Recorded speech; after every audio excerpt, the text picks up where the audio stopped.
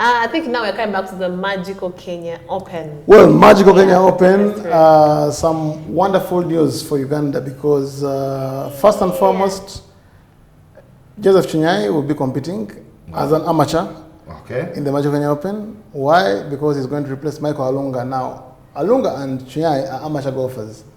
They don't play for money. They play for world rankings and trophies and a bit of money because the money on the amateur tour is smaller. Chinyai is just fresh from representing Uganda. Yeah, he finished fourth in Kigali in the Rwanda Open where he won some bit of money as well. Actually, it's been a very hectic schedule for golfers in this country because Chinyai came from Leopard Creek in South Africa and flew straight. It was the best Ugandan in Kigali, national team captain. Then he flew straight to Kigali where he was fourth. He finished behind Michael Karanga, by far the best golfer in the East African region. By comfortably, heads and shoulders above everyone, the Kenyan. Second was Hitayezu Jean Demar, the Rwanda kid. Then the third was Adele Balala. Chinyai was fourth. Also the best Ugandan in Rwanda. And then he had lost to Michael Alunga in the final of the Kenya Match Play Championship last year. Now when you win the Kenya Match Play Championship, as an amateur, you qualify for the Magical Kenya Open. So it was a proud moment for Uganda because we had two finalists, two Ugandans, competing in a final on Kenyan soil. And they played for 36 holes. Those are 2 rounds. And they were still locked. There was no winner between the two. So they went for a playoff. A sudden death playoff. So they played 38 holes actually. And then Alunga batted it, Chinyai got a pass. So Alunga won. And Alunga should have been representing Uganda as an amateur in the MKO. But it's the US. And having played from Leopard Creek and flown back to the US, I think he told the union, I cannot make that journey. So the union engaged organizers of the Magical Kenya Open. And then they substituted Chinyai, who was the losing finalist for Alunga. So he'll be competing. He says that's the proudest moment of his career because he'll be competing alongside some of the best golfers in the world, the DP Tour guys. Guys like Darius Van Driel, Jordan, Eddie Pepperell, Nacho Rivera. These are guys who are popular on the DP world. The DP world is just one level below the PGA, so the skill set is almost more or less the same. But the bigger news is that we have a Ugandan who qualified after the rigorous 36-hole playoff at VetLab. That is Willie Deus Chitata, quite a flashy, flamboyant character. He's always been based in the US. He's had issues of discipline with people whom he's managed. When he played in the Uganda Open, which was held in Entebbe last year, he didn't finish his second round. You know, I think I don't know what got him disoriented, but he's one of those infant terribles, if I may say. But well, he played some solid golf today. Played 76 in the morning and 73 to he actually won the qualifiers on Monday. There were 36 holes. Many Ugandans traveled there. Dewa Kope, David Kamulindwa, Marvin Max Chivirige. You had Hussein Bagalana, you had Philip Kasozi, but they all struggled, and we shall have a professional. So we have only one guy in the main draw. We have only one guy in the main draw among the professionals. So even Chinyai will be playing, but he'll be playing as an amateur, but we have one guy. But in the main draw, Now, why don't we have Rugumayo? Very good question. Everyone understands why don't we have Rugumayo? So, Rugumayo last year made the cut, the first Ugandan to make the cut on the DP World Tour. And there before... That was a headline maker. That was a headline maker. Because you had guys like Europe Australia Cup captain, Luke Donald, going on social media and saying, well, your story is beautiful. I would love to help you the best way I can. You had guys like Tony Finau, PGA Tour golfers, acknowledging Rugumayo's accomplishment. You had people like Nick Faldo. Those are legendary golfers. Also... I retweeted Faldo. Yeah, Faldo now, yeah.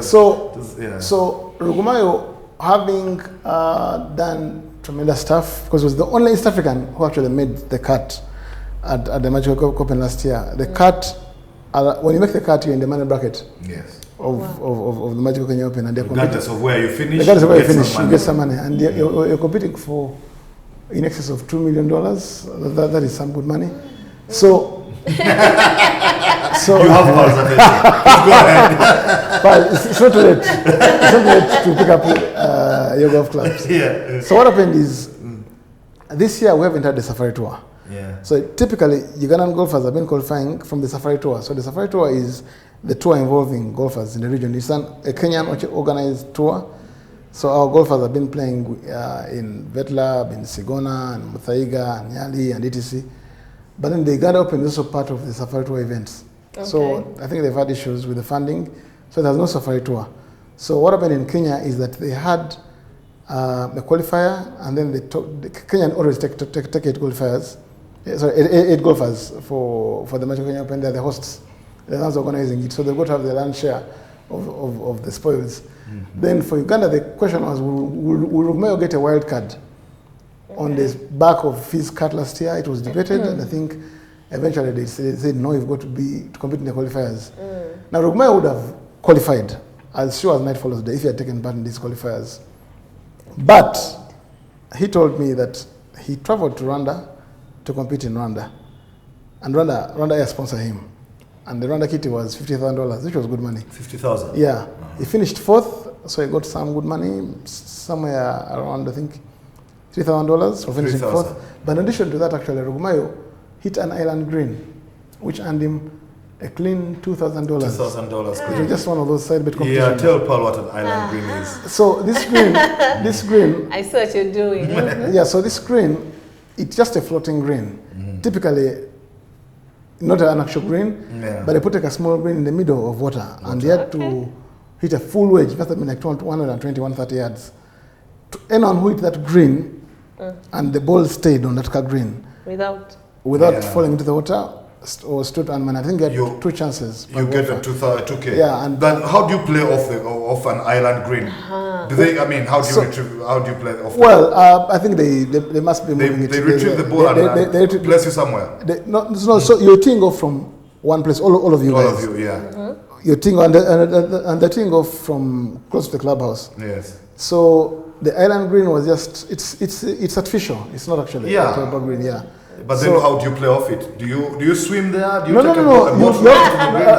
No, you can swim. You can actually, because the water is not so deep. Yeah. The water is not so deep. It's not exactly a lake. But if you get there still, how do you stand on that island to play off it? You just have to hit the green. You don't have to part on the green. Okay, you just part. I'm following this man. Strike the ball onto the island green. Yes. It's a small green. It's the size of maybe this table. So you really have to strike the ball and it stays.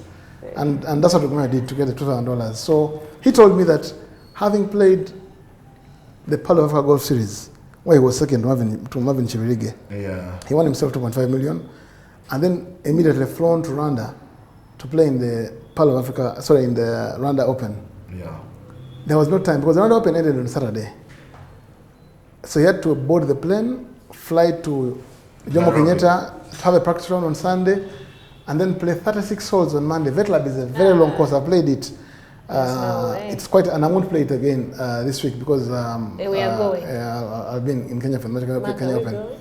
It's a long course. So Rugmayo said, as the new Rugmayo, as someone who's elevated my name and my brand, I didn't want to subject my body to this tournament when I'm not at 100%. I needed to respect my body, to replenish my energies, to sit down and relax, because there's just no time. From the Pearl of Africa Series to the Rwanda Open to these qualifiers, and because the qualifiers on Monday, then you have the Pro Am on Wednesday, which is the APSA Pro Am. I think APSA has actually taken 8 or 10 golfers who won last year's Pro Am, and then he's starting off on Thursday, Friday, Saturday against the best golfers in the world. He said, I didn't want to go and operate at half-mast when everyone expects Rugmayo to be competing at a certain level. So I made the decision of sitting out. So as I speak, he's in South Africa. He's already landed there. He's going to compete in the Handai Open after sufficient rest. And then from then on, he'll compete in the South African Open, which is also a DP World Tour event. So I think he made a smart decision because I've seen some of the golfers, Celestin Sanzwera, who won the tournament in Rwanda, who won the $9,000, the biggest kitty of the 50-50K. Fantastic golfer.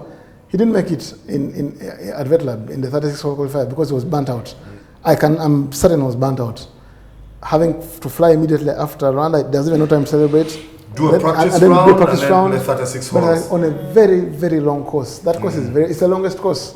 There's a hole which is 705 yards. Wow. You know, so, and then for the, and I'm talking about amateur tees, for the blue tees, it's even longer. So, credit to Rugmayo for having made that decision. And the big news once again is that we have two Ugandans, Willidos Chitata, who will be competing for the professionals, and then Joseph Shinyai, who will be competing as an amateur at the Magical Kenya Open. Mark to Mark will be there, and well, we hope that our Ugandans can do us proud in Nairobi. Yeah, you'll have I'm hundreds. going in his You'll luggage. have hundreds of Ugandans for company. Oh, Yeah, well, all the flights to Nairobi That's for sure, yeah. have been full this week. It's and, now the second biggest attraction for Ugandans as far as sport is concerned in Kenya after the Safari Rally. Absolutely. Wow. So yeah, Absolutely. because Ugandans cross the border for that. Absolutely. And golfers are flying in for that.